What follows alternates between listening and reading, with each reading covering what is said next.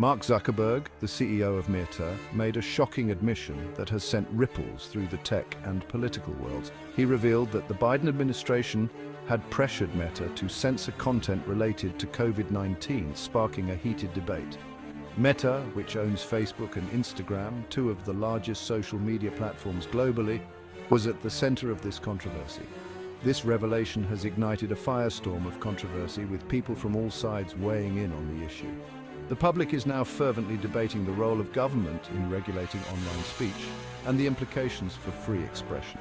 Zuckerberg's admission came in the form of a detailed letter. He sent this letter to a US House committee outlining the pressures faced by Meta. In the letter, he elaborated on how the Biden administration pushed Meta to remove or suppress certain content deemed controversial. This content included posts questioning the effectiveness of masks and vaccines, which were hot topics during the pandemic. Zuckerberg now says he regrets giving in to the pressure, acknowledging the complex balance between public health and free speech. Zuckerberg's letter was very detailed. He explained that the Biden administration contacted Meta multiple times. They expressed concerns about the spread of what they called misinformation about COVID-19. They urged Meta to take action. Zuckerberg says the White House even hinted at potential legal consequences if Meta didn't comply. The pressure worked. Zuckerberg admitted that Meta did remove and suppress certain posts about COVID-19. This included content that questioned the official narrative. He now says these decisions were a mistake. He believes they were an overreach and infringed on users' right to free speech.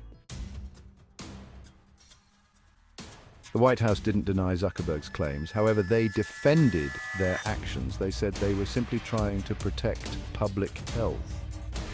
The pandemic was a confusing time. There was a lot of false information circulating online. The White House claims they were just trying to make sure people had accurate information. The White House emphasized the seriousness of the pandemic. They said they had a duty to combat misinformation. They claimed that false information about COVID-19 could have cost lives. They argued that their actions were justified given the circumstances. Section 4. Republicans cry foul.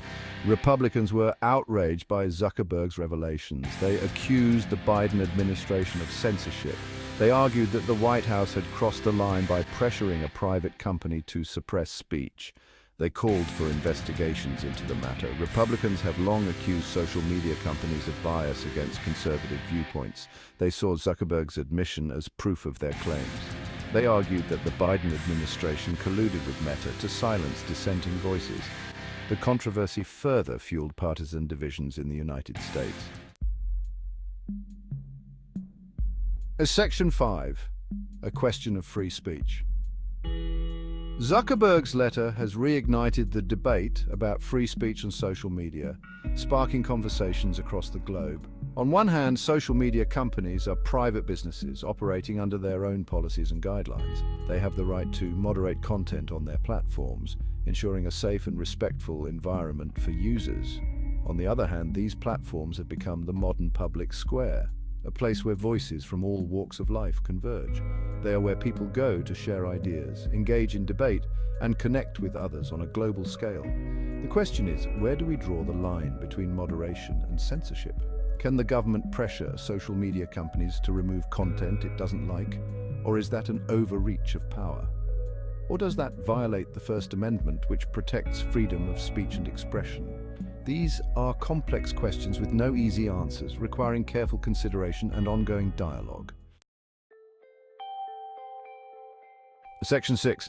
The fight continues. The battle for control over digital content is intensifying. Zuckerberg ended his letter with a vow, a promise to stand firm. He said Meta would resist future attempts by the government to censor content, emphasizing the importance of free expression. He acknowledged that Meta made mistakes during the pandemic, admitting that the company had to navigate uncharted waters. He promised to do better in the future, committing to more transparent and fair policies. But the fight over free speech online is far from over. The landscape is ever-changing and fraught with challenges.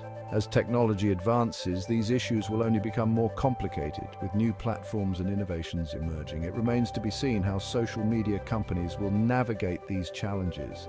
balancing user rights with regulatory demands. One thing is for sure, the debate about censorship, free speech, and the role of government in the digital age is just getting started. The conversation will continue to evolve.